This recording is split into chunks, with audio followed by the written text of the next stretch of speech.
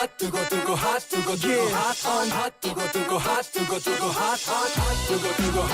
두고 hot 쉬지 않고 뛰는 핫한 지역의 핫한 이슈 핫플 거기어때 시간입니다. 오늘은 김규정 한국투자증권 부동산연구위원 스튜디오 직접 모시고 함께하겠습니다. 안녕하십니까? 네, 안녕하세요. 예. 자, 지난주 목요일 정부가 부동산 시장 및 공급 상황 점검 TF를 열었습니다. 이전에 부동산 관계장관 회의 때와는 좀 분위기가 달라졌다고요. 네, 관계장관 회의 때만 해도 공급이 사실 그렇게 부족하지는 않다라는 뉘앙스가 좀 깔려 있었는데 예. 그 후속 조치로 진행된 시장 공급 점검 TF에서는 대대적으로 이제 여러 가지 방법들을 다 모색해서 강구해서 공급을 좀 늘려보겠다라는데 집중해서 이제 발표가 됐습니다. 예. 그만큼 최근에 서울 수도권에서 나타나고 있는 아파트 거래량 증가나 가격 변동성이 좀 다른 지역으로 번질 수도 있는 위험성이 있다라고 이제 좀 경각심을 갖고 있다라는 의미가 될 것 같습니다. 그래서 예. 시장에서는 이런 흐름들이 계속될 건지 좀 다른 지역으로도 더 번질 건지 이런 것에 대해서 좀 관심을 갖고 있고 수요자분들도 그에 맞춰서 빨리 거래를 해야 되나 내 집 마련을 해야 되나 이런 고민에 좀 빠져 있는 상황입니다. 그러니까요. 금리가 좀 떨어지거든 한번 내 집 마련을 계획해볼까 하셨던 분들도 이거 지금 해야 되는 거 아니야? 뭐 이런 불안감이 드는 상황인 것 같은데 이게 말 그대로 TF 뭔가 좀 집중적으로 회의를 해야 될 때 발족하는 거잖아요. 지금 상황 뭐 부동산 불장을 인식한 조치다 이렇게 보면 됩니까? 네, 다만 일부 지역에 한정돼 있다라는 한계는 좀 긋고 있는 것 같습니다. 예. 실제로 저희가 주간 아파트 가격 변동 지금 통계를 봐도 서울 수도권 지역에서는 굉장히 거래라던가 가격 변동성이 가파르게 나타나고 있는데 그 외 지역들 지방에서는 여전히 뭐 마이너스 변동률을 보인다던가 아하. 미분양이 계속 늘어나고 있다던가 이런 지역들이 같이 존재를 하고 있기 때문에 예. 일부 지역에 한정돼 있는 문제라는 인식은 여전히 깔려 있는 것 같기는 합니다. 근데 다만 워낙 변동성이 최근에 예상보다도 급격하게 나타나고 있기 때문에 예. 일부 지역에 한해서는 상당히 좀 긴급성이나 위급성을 인지했다라고 볼 수 있겠고요. 실제로 그 한 방증이 그동안 계속 거론되던 종부세 완화 부분이 이번 세법 개정안에서도 사실상 빠졌거든요. 예, 예. 그런 부분들을 봤을 때 서울 수도권에 한정돼 있기는 하지만 아파트의 거래 증가라던가 매물 감소, 가격 변동성이 갑자기 이렇게 커지는 부분들이 번질 수도 있는 위험성은 충분히 내재돼 있다. 이런 인식을 하고 있다고 봐야 될 것 같습니다. 왜 이렇게 빨리 또 크게 오르고 있는 겁니까? 실제로 이제 금리가 내릴 거다라는 금리 불안감에 대해서 어느 정도 해소가 된 상태고요. 올해 초부터 그를 미리 반영한 시장금리 인하 때문에 주택담보대출금리가 지난해보다는 조금 낮아져 있는 상황이었습니다. 예. 근데 가격이 오르고 거래가 조금씩 오르는 모습을 3월부터 보게 되면서 실수요와 투자자들이 조금 더 오를 수도 있는 가능성 이런 것들의 불안 심리를 느끼면서 실거주 목적의 투자에 나서고 있는 것으로 볼 수 있겠습니다. 예. 지금 매물이 좀 줄어드는 추세라고 하는데 매도 희망자들도 이거 더 오르니까 나중에 팔아야겠다라고 판단을 하는 건가요? 네, 실제로 제 주변에 계신 분들도 좀 처분을 해볼까 해서 시장에 내놨더니 예. 좀 높은 가격인 것 같은데도 바로 매수 관심자 전화가 오고 예. 최근에 뭐 거래가 많이 늘었다, 가격이 계속 뭐 70주째 오른다 이런 방송들 보시고 나서는 지금 팔면 나중에 더 올라서 후회하는 게 아닌가 그쵸, 예. 이런 고민을 이제 좀 토로를 하시는 분들이 계시더라고요. 그래서 실제로 매도자분들도 최근에 변동성이 좀 커지면서 이 시기에 파는 게 맞는가 혹은 조금 더 있다가 이제 수익을 조금 더 낼 것인가 이런 고민에 좀 빠져 있는 상황입니다. 예. 집을 팔려는 입장, 집을 갖고 있는 입장에서는 그렇다는 건데 집을 구하는 입장에서는 당연히 수요는 많아지고 공급은 줄면은 가격이 더 오를 수밖에 없으니까 걱정이 좀 클 것 같습니다. 아마 우리가 이렇게 걱정을 하는 게 지난 2020년이나 2021년 정말 가파르게 아파트 가격이 올라갔던 걸 본 경험이 있기 때문일 것 같습니다. 그때와 비슷한 추세라고 보면 됩니까? 실제로 최근에 가파르게 거래가 회복되는 양상이나 가격이 올라가는 양상을 보면 그런 이제 생각이 들게 되는데요. 다만 지역별로 편차가 좀 있다는 부분이 당시와는 좀 큰 차이라고 볼 수가 있겠습니다. 예. 실제로 21년 중반 하반기 이제 고점에 다다르기 전에는 서울 수도권뿐만 아니라 지역 시장에서도 거래라던가 가격 오름세가 좀 같이 나타나는 양상들이 있었는데요. 최근의 추세를 보시면 앞서도 저희가 몇 번 언급을 했지만 서울의 강남 4구라던가 뭐 마용성 같은 실수요와 투자자가 좀 몰리는 지역에서는 거래라던가 가격 변동성이 가파르게 나타나고 있는데 예. 서울에서도 노도강이라던가 외곽 지역에서는 상대적으로 덜 오르거나 좀 더디 오르는 양상들이 양극화돼서 나타나고 있고요. 특히나 서울 수도권과 지역 시장을 비교해 보면 지역 시장은 아직도 이제 주간 마이너스 변동률을 보이는 지역들이 다수 이제 편제되어 있고 미분양이 계속 적체되어 있으면서 가격 회복으로 가는 데까지 상당히 아직 시간이 걸릴 것으로 예상이 되거든요. 그래서 그런 시장의 양극화가 굉장히 극대화돼 있다라는 부분이 당시와는 좀 차이일 것 같고요.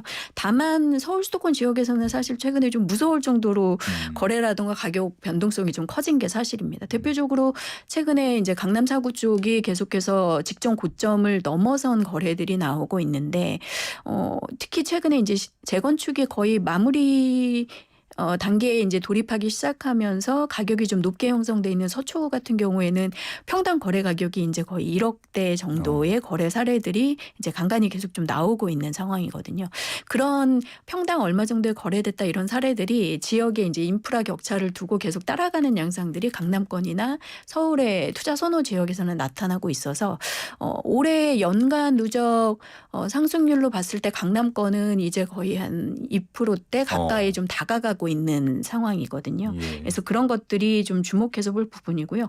앞서도 말씀드렸지만 사실 서울에서도 외곽 지역은 아직 연간 상승률로 보자면 정고점을 돌파하지 않은 곳들이 남아있기는 해요. 그래서 그런 양극화 상황들이 굉장히 좀 문제로 대두되고 있기는 합니다. 지역별로도 그렇다고 치면 왜 과거에는 뭐 아파트부터 시작해서 빌라, 오피스텔까지 쭉쭉 다 가격이 따라서 올라가는 모습도 보였는데 지금은 그렇진 않겠네요. 아무래도 아파트 거래량이나 가격 오름세가 서울 중심으로 좀 나타나다 보니까 수도권에서는 오피스텔 거래라던가 어쩔 수 없이 이제 비아파트류 중에서도 주거 여건이 좀 양호한 곳들 선호되는 주거 지역에서는 거래라던가 가격이 조금씩 올라가는 양상들이 있기는 합니다만 예. 아파트와 비아파트의 흐름이 상당히 좀 여전히 온도차를 보이고 있기는 하고요. 예. 상대적으로 비아파트 쪽에서는 매매 가격들이 아파트 중심으로 오르면서 전월세 가격들은 조금씩 따라오르는 양상들이 있기는 합니다. 근데 지적하신 것처럼 지역 편차와 주택 유형 간의 편차가 굉장히 벌어져 있는 상황이어서 이런 것들이 계속해서 좀 관리해야 될 문제로 지적이 되고 있기도 합니다. 최근에 부동산 시장에 그 떠오르는 키워드를 보니까 얼죽신이라고 있던데 얼주가 뭐 얼어 죽어도 아이스 아메리카노만 먹는다 뭐 이런 얘기로 시작된 이거 유행어입니다. 얼죽신은 뭡니까? 네, 방금 말씀하신 얼주가랑 같은 단어 구조인데요. 네. 얼어 죽어도 신축 아파트라는 소리입니다. 신축 그래서 아파트에 대한 선호를 나타내는 네, 거네요. 최근 이제 젊은 실수요자들 중심으로 조금 부담이 되고 하더라도 이후에 투자 수익성이라던가 혹은 황금성 혹은 현재의 이제 거래 대금의 가치 등을 평가했을 때 그래도 신축에 투자하는 것이 안정적이고 황금성도 좋고 가격도 지금 다른 구축 아파트보다는 경쟁력이 있다라는 판단들을 하고 있고요. 예. 그러다 보니까 이제 신축 아파트들의 가격 상승률 변동성이 다른 이제 연식이 좀 오래된 아파트들보다 훨씬 더 높게 나타나고 있는 상황입니다. 그래서 입주 한 5년 이내의 신축들 조금 더 넓게 보면 5년에서 10년 정도의 그래도 좀 신축률에 가까운 이런 대단지 아파트를 중심으로 수요자들 선호도도 굉장히 몰리고 있는 상황이고요. 실질적으로 가격 상승률도 다른 이제 구축 아파트들에 비해서 좀 높게 형성이 되고 있습니다. 예. 그리고 또 하나의 트렌드가 초소형 아파트의 인기가 높아지고 있다고 하는데 이건 왜 그런 겁니까? 아무래도 최근에 아파트 가격이 너무 올랐잖아요. 실제로 서울의 평균 6월 거래되는 아파트 평균 가격대가 지금 12억 원 통계가 나오고 있거든요. 예. 그러니까 아무래도 높은 거래 대금 부담에 대해서 실거주를 목적으로 하시는 분들이 좀 실속형 소형 쪽에 관심을 갖고 계시고 그러다 보니까 종전에 이제 뭐 한 40제곱미터, 39제곱미터 이렇게 너무 작다라고 싶었던 초소형 아파트들도 최근에 직전 거래가보다는 높은 가격에 거래된 사례들이 한두 건 서울 주요 지역에서 나오고 있는 상황이고요. 뭐 강남권이라던가 뭐 성동구 같은 지역 뭐 이런 데들에서 나오고 있고 이런 것들이 초소형 아파트 월세 가격 같은 것들이 오른 것과도 연관이 있다고 볼 수 있겠습니다. 아무래도 임대 가격이 오르다 보니까 매매 가격들 거래 가격도 어느 정도는 높게 이제 수용이 되고 있는 상황으로 볼 수가 있겠고요. 실제로 구입하시는 분들의 세대 규모가 좀 작아진 것도 이유가 될 수 있겠고. 1인 가구가 워낙 많죠. 그렇죠. 요즘에. 그리고 이제 나중에 혹시 팔게 되더라도 뭐 10억 넘어가는 아파트들 파는 데에 따른 황금성 우려보다는 좀 작은 거래 대금의 아파트들이 거래가 조금 수월하겠다라는 생각들을 하시면서 다방면에서 여러 가지 이유로 소형 아파트들도 조금 좀 쓸모 있게 느끼시는 상황으로 볼 수 있겠습니다. 가격이 점점 이렇게 위로 달라붙는 느낌이 드는데 이런 인기가 앞으로도 지속되겠습니까? 네, 방금 말씀하신 것처럼 저희가 1, 2인 이제 가구가 세대 많아져서. 원이 적은 가구가 점점 늘고 있는 상황이잖아요. 예. 최근에 사실 늘고 있는 세대수 증가분은 거의 다 이런 소형 세대원으로 구성이 된 가구일 텐데 예. 그런 분들이 아무래도 뭐 원하는 거는 30평형대 전용 면적 84제곱미터 이상의 이런 것들 원하시겠지만 국평. 예. 실제로 이제 본인의 자금 상황에 맞춰서 접근을 하시다 보니까 내부 구조나 단지 환경 이런 것들이 좋은 소형에는 어느 정도 관심들을 갖고 계시고 최근에 문제가 뭐 중장기적으로 인구나 저희 현재 경제 상황에 따른 변동성을 계속 고민들을 하시다 보니까 너무 비싸서 이제 황금성이나 좀 자금이 계속 묶여 있는 것들에 대해서는 중장기적으로는 고민들을 하고 계세요. 그러다 보니까 황금성 면에서도 소형들의 인기가 지속될 가능성이 좀 있어 보입니다. 아, 그러면 실제로 살기 위해서 그리고 또 투자성으로도 어떻게 보면 인기가 좀 있을 수 있다라는 얘기를 해주신 겁니다. 다시 정부의 부동산 대책 TF 얘기로 돌아가 봐서요. 관계 당국이 수단을 가리지 않고 공급적인 정책을 펼치겠다. 이게 좀 달라진 분위기라고 말씀을 해주셨는데 구체적으로 나온 대안이 있습니까? 일단은 도심권에서 정비 사업을 통해서 저희가 아파트 공급을 해야 되는 상황이잖아요. 재건축 등을 통해서. 그래서 그런 것들에 진행되는 과정을 단축하는 문제라든가 최근에 공사비 때문에 분쟁이 생겨서 사업이 지연되는 사업장들이 많아서 그렇죠. 정부가 전문가를 이제 파견해서 그런 것들을 협상시키고 조율하는 작업들도 하고 있거든요. 그래서 그런 것들 소소한 부분들을 포함해서 정비 사업들의 속도를 도심에서 좀 내겠다는 부분도 있었고 3기 신도시 공급이 계속 좀 지연되는 부분이 있었죠. 그래서 적어도 올해 안에 만호까지는 이제 실제 착공하고 최초 착공에 들어갔던 인천 계양 같은 곳들은 올해 이제 일반 분양도 하고 26년 정도에는 이제 입주도 할 수 있도록 속도를 좀 내겠다. 예. 그래서 전체적으로 한 29년께까지 23만 호 정도 이제 입주하는 물량들 계속 잘 케어를 하겠다라는 부분들도 언급이 됐고요. 비아파트 물량이 아무래도 아파트보다는 빨리 지을 수 있고 공급도 이제 가능하기 때문에 오피스텔이나 일반 주택들의 공급을 좀 지원하는 부분 그리고 그런 주택을 매입 확약 등을 통해서 이제 임대나 뭐 이런 공공성으로 공급하는 부분들도 좀 확보를 하겠다라는 얘기들이 있었고 실제로 2만 호가량의 추가 택지 확보해서 주택 공급을 좀 할 수 있는 모든 방안을 처음부터 다시 다 강구하겠다라는 얘기가 나온 건데 예. 이에 대해서는 이제 공급이 늘어나는 부분에 대해서 이제 안도감을 갖는 분들도 있으시지만 내용이 또 종전하고 크게 다르지 않은 것 같다라는 좀 실망감을 보이시는 분들도 일부 있는 것 같습니다. 그럴 것 같은 게 저희가 앞에서도 짚어봤지만 지금 뭐 서울과 서울이 아닌 지역 그리고 서울 내에서도 뭐 선호 지역과 그 좀 외곽 지역 이런 식으로 나뉜다고 지금 분위기가 달라진다고 말씀을 하셨는데 공급 자체가 중요한 게 아니라 서울 중심, 서울 근처에 공급이 늘어나는 게 중요한 거 아니냐라는 목소리도 나오거든요. 네, 실제로 서울 같은 경우는 투자자분들이나 수요자분들이 선호하는 지역들의 신축 아파트는 사실상 정비 사업을 통해야 되는데 그렇죠. 그것들이 아무리 이제 좀 속도를 내고자 한다고 해도 현실적으로 최근에 공사비 증가라든가 이런 분쟁까지 더해지면서 속도를 내기가 사실상 좀 쉽지는 않은 부분들이 있고 그러다 보니까 최근에 서울 중심의 가격 급등을 케어할 수 있는 공급을 3기 신도시나 혹은 이제 추가적인 수도권 택지로 해결할 수 있느냐 이런 얘기들은 좀 나오는 것 같고요.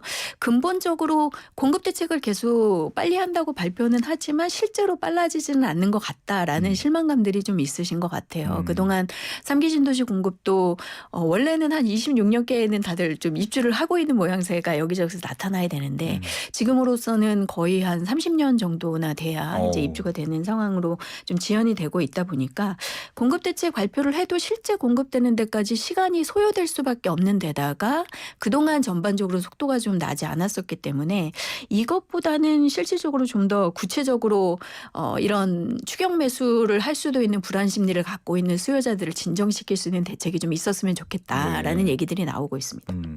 저희가 앞서서도 종부세 얘기도 잠시 했었는데 뭐 지금 분위기에서는 조금 미뤄지는 듯한 다루기는 좀 시기상조다라는 분위기인 것 같고 좀 시장이 안정되면은 이 종부세 완화 카드 다시 등장할까요?